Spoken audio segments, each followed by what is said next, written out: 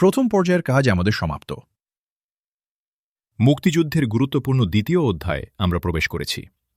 তার কথা শেষ হওয়ার সঙ্গে সঙ্গে মানচিত্রে 4টি লাল বিন্দু স্পষ্ট হয়ে উঠল।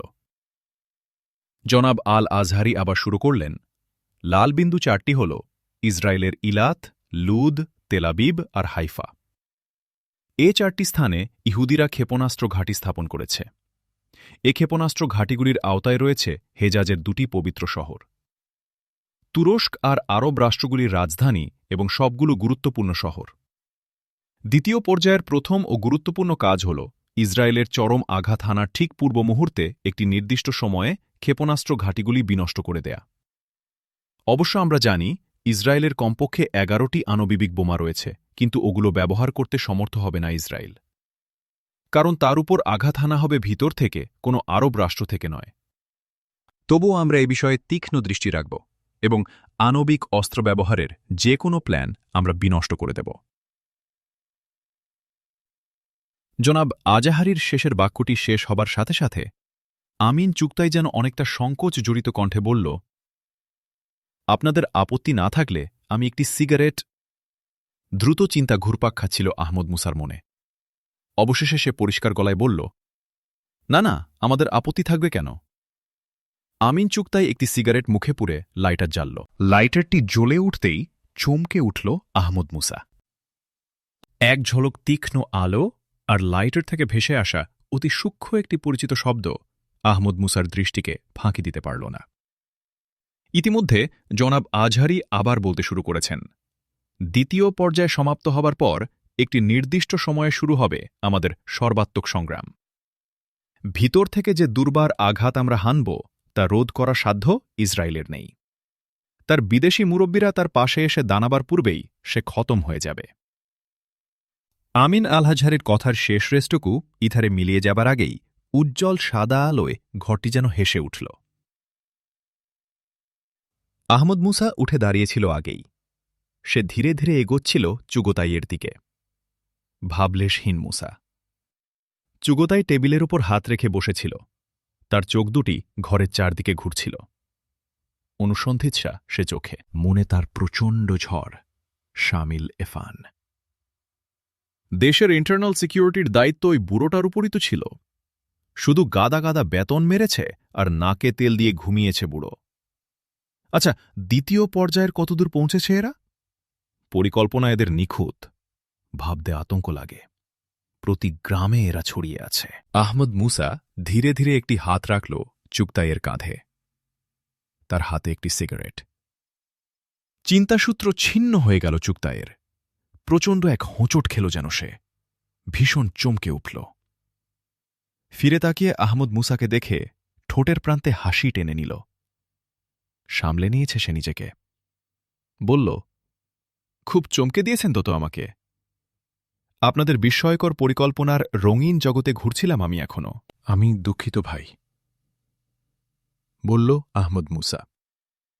তারপর সিগারেটের একটি শলা বাম থেকে ডান হাতে নিয়ে সে বলল, আপনার লাইটারটি কি পেতে পারি? কথাটি শোনার সাথে সাথে ঠোঁটের কোণের হাসিটি দপ করে যেন নিভে গেল। এক টুকরো তীক্ষ্ণ দৃষ্টি মুহূর্তের জন্য আহমদ মুসার চোখে এসে স্থির হল, কিন্তু ক্ষণিকের জন্যই। তারপরই আবার উচ্ছ্বসিত হয়ে উঠল মোস্তফা আমিন চুগতাই। বলল, নিশ্চয়ই নিশ্চয়ই, বলে পকেট থেকে লাইটারটি বের করে জ্বালিয়ে আহমদ মুসার মুখের কাছে তুলে ধরল। সিগারেট ধরিয়ে নিয়ে আহমদ মুসা বলল, বাহ, লাইটারটির সিস্টেম তো খুব সুন্দর। জার্মানির তৈরি না? দেখতে পারি একটু? মোস্তফা আমিন চুগতাই এই অবস্থার জন্য বোধহয় প্রস্তুত ছিল না মোটেই। কেমন একটি বিমূঢ় ভাব চোখে মুখে ফুটে উঠল তার। সে দ্বিধাজড়িত হাতে লাইটারটি তুলে দিল আহমদ মুসার হাতে। আহমদ মুসা তীক্ষ্ণ দৃষ্টিতে লক্ষ্য করছিল চুগতাইকে। দেখল একটি হাত তার কোটের পকেটে। এর অর্থ মুসার অজানা নয়। সূক্ষ্ম এক টুকরো হাসি ফুটে উঠতে চাইল তার মুখে। সে লাইটারের দিকে এক মুহূর্ত তাকিয়েই বুঝতে পারল একটি শক্তিশালী ক্যামেরা সংযোজন করা আছে ওতে। একগাল ধোয়া ছেড়ে একটু ঝুঁকে পড়ে দুটি কনুই টেবিলে রেখে মুফতি আল আজহারির দিকে একটু তাকিয়ে মৃদু হেসে আহমদ মুসা বলল, জনাব আমিন, এ সামান্য ধরনের নেশাকেও ভালো চোখে দেখেন না। তবু রক্ষে যে আজ আপনাকে একজন সাথী হিসেবে পাওয়া গেল। এ অভ্যেস আপনার কতদিনের? শুধু আমিন আল আজহারি নয়, আবু বকর সেনৌসি, আব্দুর রহমান এবং মওলানা ফারুক সহ সকলেই। আহমদ মুসার জলজ্জান্ত মিথ্যা কথা আর এ অস্বাভাবিক ব্যবহারে বিস্ময়ে বোবা হয়ে গেছে। আহমদ মুসা সিগারেট খায় না, এটা সকলেই জানে। আহমদ মুসার এটি ছেলেমি না কোনো বিশেষ অভিনয়? এ ধরনের ছেলেমি করার মতো লোক তো আহমদ মুসা নয়। তাহলে? সকলের চোখে একরাশ বিস্ময় ভরা প্রশ্ন। আহমদ মুসার কথায় চুগতাইকে একটু খুশি মনে হল, যেন এক খণ্ড মেঘ তার মুখের ওপর থেকে সরে গেল। মুফতি আমিন আল আজহারির দিকে একটু চোরা দৃষ্টিতে চেয়ে সকৌতুকে নিচু গলায় বলল, এ বদ অভ্যেসটি আমার ছোটবেলার। বন্ধুদের সঙ্গ দোষও বলতে পারেন একে। আহমদ মুসা হেসে বলল, বন্ধুরা অনেক উপকারও করেছে আপনার, তা না হলে দেশের সেরা ফুটবল খেলোয়াড় কি হতে পারতেন আপনি? ভালো দিকগুলো অস্বীকার আমিও করি না, হেসে বলল চুগতাই। আহমদ মুসা আবার শুরু করল, আমার মনে হয় কি জানেন, আপনি চেষ্টা করলে পৃথিবীর শ্রেষ্ঠ মল্লযোদ্ধা হতে পারতেন। এ প্রচেষ্টা ছেড়ে দিলেন কেন? হঠাৎ চুগতাই এর চোখ মুখ তীক্ষ্ণ হয়ে উঠল, কি যেন বুঝতে চেষ্টা করল। মুহূর্তকাল পরে শান্ত কণ্ঠে বলল, কিন্তু আপনি এসব প্রশ্ন করছেন কেন? আহমদ মুসা সোজা হয়ে দাঁড়িয়ে বলল, মোস্তফা আমিন চুগতাইয়ের সাথে আপনাকে মিলিয়ে নিতে চেষ্টা করছিলাম। আমিন চুগতাইয়ের ডসিয়ার থেকে জানি উনি জীবনে ফুটবলে পা রাখেননি, আর সত্যি একজন শ্রেষ্ঠ মল্লযোদ্ধা তিনি। অথচ আপনি? আহমদ মুসার কথা শেষ হবার আগেই স্প্রিংয়ের মতো ছিটকে চেয়ার থেকে উঠে দাঁড়াল চুগতাই। কিন্তু তখন দেরি হয়ে গেছে। আহমদ মুসার 6 ঘরা রিভলভারের চকচকে নল স্থির লক্ষ্যে চেয়ে আছে চুগতাইয়ের দিকে। আহমদ মুসার গম্ভীর কণ্ঠ ভেসে এল, পকেট থেকে হাত বের করে নিন। মৃত্যু না চাইলে আত্মসমর্পণ করাই বুদ্ধিমানের কাজ হবে। মৃত্যুকে আমি ভয় করি না মুসা, কিন্তু তোমরা জীবিত থাকো তাও আমার কাম্য নয়। বলেই সে বিদ্যুৎ বেগে পকেট থেকে হাত বের করল হাতে ডিম্বাকৃতির একটি গ্রেনেড। ঘটনার এই অবিশ্বাস্য আকস্মিকতায় বিমূঢ় হয়ে পড়েছে সবাই। বেপরোয়া ওই লোকটির দিকে তাকিয়ে শিউরে উঠল সবাই। তারা জানে হাতের ওই বিশেষ হ্যান্ড গ্রেনেডটি দিয়ে শুধু গুহার এই কয়জন মানুষই নয়, পাহাড়ের একটি অংশ সহজেই উড়িয়ে দেওয়া যাবে। কিন্তু গ্রেনেডটি ছোড়ার অবসর পেল না চুগতাই। আহমদ মুসার রিভলভার নিঃশব্দে একরাশ ধোঁয়া উদ্গীরণ করল। হাতে ধরা গ্রেনেডটি হাতেই রইল। টেবিলের ওপর হুমটি খেয়ে পড়ল চুগতাইয়ের দেহ। ঠিক সেই মুহূর্তে দরজা ঠেলে প্রবেশ করল আলী এফেন্দি এবং তার সঙ্গে সঙ্গে মোস্তফা আমিন চুগতাই। ওদের দিকে তাকিয়ে আহমদ মুসা ছাড়া সবার মুখ বিস্ময়ে হা হয়ে গেল। গত এক রাত একদিনের কাহিনী শেষ করে চুপ করলেন মেজর জেনারেল আলী এফেন্দি। একটি গোল টেবিল ঘিরে সবাই নির্বাক হয়ে বসে আছে। কথা বলল আহমদ মুসা প্রথম। বলল, পরশু দুপুরেই ইস্তাম্বুল গেছে হাসান তারিক। অথচ এত অল্প সময়ের মধ্যে হাসান তারিকের আটক থেকে শুরু করে মোস্তফা আমিনের কিডন্যাপ, একজন ইহুদি স্পাইকে নিখুঁত প্লাস্টিক অপারেশনের মাধ্যমে মোস্তফা আমিন চুগতাইয়ে রূপান্তর কেমন করে সম্ভব হল? ডব্লিউআরএফের এ তৎপরতার কথা আরও সূত্র থেকে আমরা জানতে পেরেছি। কিন্তু বুঝতে পারছি না হাসান তারিকের উপর ডব্লিউআরএফের এ বিশেষ আগ্রহ কেন, বলল আহমদ মুসা। একটু চিন্তা করে আলী এফেন্দি বলল, আপনার নিশ্চয় মনে আছে 2 বছর আগে জর্ডানে বিদেশি কূটনীতিক মার্থল খিরব গুপ্তচর বৃত্তির দায়ে ধরা পড়েছিলেন। একমাত্র হাসান তারিকের কৃতিত্বেই দলিল দস্তাবেজ সহ খিরব হাতে নাতে ধরা পড়ে এবং সে দুর্ঘটনার সময় বিশ্বব্যাপী বহু আলোচিত দুর্ধর্ষ গোয়েন্দা কূটনীতিক। ব্রিগেডিয়ার ক্লিমোভিচ হাসান তারিকের গুলিতেই নিহত হয়েছিল। আমার মনে হয় হাসান তারিকের উপর তারই প্রতিশোধ নিতে এসেছে।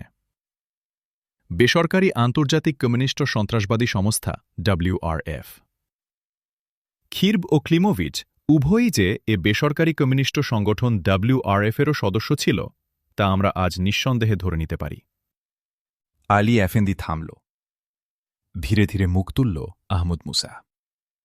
মনে হল চিন্তার কোনো অতল থেকে জেগে উঠেছে সে। ধীরে ধীরে বলল সে, ক্লিমোভিচকে অনুসরণ করে তার গোপন আড্ডায় হানা দিয়ে একটি পরিকল্পনার দুর্বোধ্য নকশা পেয়েছিল হাসান তারিক। কিন্তু নকশাটি হাসান তারিকের কাছে টিকে থাকেনি। সেদিনই গভীর রাতে সে আক্রান্ত হয়। ক্লিমোভিচের লাশ পেছনে ফেলে তারা নকশাটি নিয়ে পালিয়ে যেতে সক্ষম হয়েছিল। কিছুক্ষণ থামল আহমদ মুসা। তারপর আবার শুরু করল সে, পরিকল্পনার মূল কপি আমাদের কাছে না থাকলেও এর একটি ফটোকপি আমাদের হাতে আছে। এ কথা ওরা জানে কি না জানি না, তবে আমার মনে হয় যদি প্রতিশোধ গ্রহণই WRF এর লক্ষ্য হতো, তাহলে হাসান তারিককে ধরে নিয়ে না গিয়ে সরাসরি হত্যা করতেই পারত। কিন্তু তা তারা করেনি। এ থেকেই প্রমাণ হয় পরিকল্পনার নকশা সম্পর্কে হাসান তারিককে তারা জিজ্ঞাসাবাদ করতে চায়। হাসান তারিক পরিকল্পনার কতদূর পর্যন্ত জেনেছে আর কেউ এর কিছু জানতে পেরেছে কিনা, এসব না জেনে তারা হাসান তারিককে কিছুতেই হত্যা করবে না।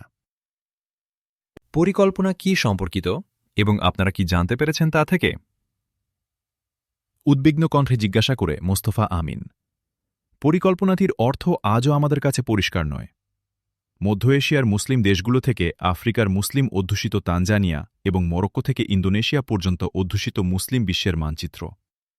এর মাঝে অসংখ্য সাংকেতিক চিহ্ন এবং লাল ও কালো রেখার অসংখ্য সারি। সাম্প্রতিক ঘটনা থেকে নিঃসন্দেহে আমরা বুঝতে পারছি পরিকল্পনাটি আসলে WRF এর, এবং তা যদি হয় এর অর্থ আমাদের কাছে পরিষ্কার, সমগ্র মুসলিম বিশ্ব জুড়ে ওরা চক্রান্তের জাল বিছিয়ে রেখেছে। পরিকল্পনাটির নকশাটি নিয়ে নতুন করে ভাবতে হবে আমাদের। কিন্তু তার আগে হাসান তারিক সম্পর্কে আমাদের কথা শেষ হল না আহমদ মুসার। ঘরে পাথরের দেয়ালে এক বিশেষ স্থানে লাল সংকেত জ্বলে উঠল। আহমদ মুসা সেদিকে তাকিয়ে বলল, আকাশে নিশ্চয়ই কোথাও হানাদার ইসরায়েলি বিমান দেখা গেছে। আমাদের রাডারের সংকেত ওটা। আসুন বলে আহমদ মুসা উঠে দাঁড়াল। সবাই উঠে এলো ছাদে। পশ্চিম আকাশ তখন লাল হয়ে উঠেছে। জর্দান নদীর ওপারে বোমা ফেলেছে ইহুদিরা নিশ্চয়, বলল আহমদ মুসা। ঘড়ি দেখে আব্দুর রশিদ বলল, আজ রাত 12টায় আমাদের মুক্তিযোদ্ধাদের একটি ইউনিট জেরুজালেমের 3 মাইল পশ্চিমে নতুন ইসরায়েল ঘাঁটি আক্রমণ করেছে। মনে হয় তারা দায়িত্ব পালন করে ইতিমধ্যেই নদীর ওপারে ফিরে এসেছে। ইসরায়েলি বিমানগুলো মনে হয় তাদেরকেই তাড়া করে এসেছে। এ সময় রাডার পর্যবেক্ষক আবদুল্লাহ মাসুদ এসে জানাল, জর্দান নদীর 2.5 মাইল পশ্চিমে আরব পল্লীর ওপর বোমা ফেলেছে ইসরায়েলিরা। সবাই চোখ ফিরাল লাল হয়ে ওঠা দিগন্তের দিকে।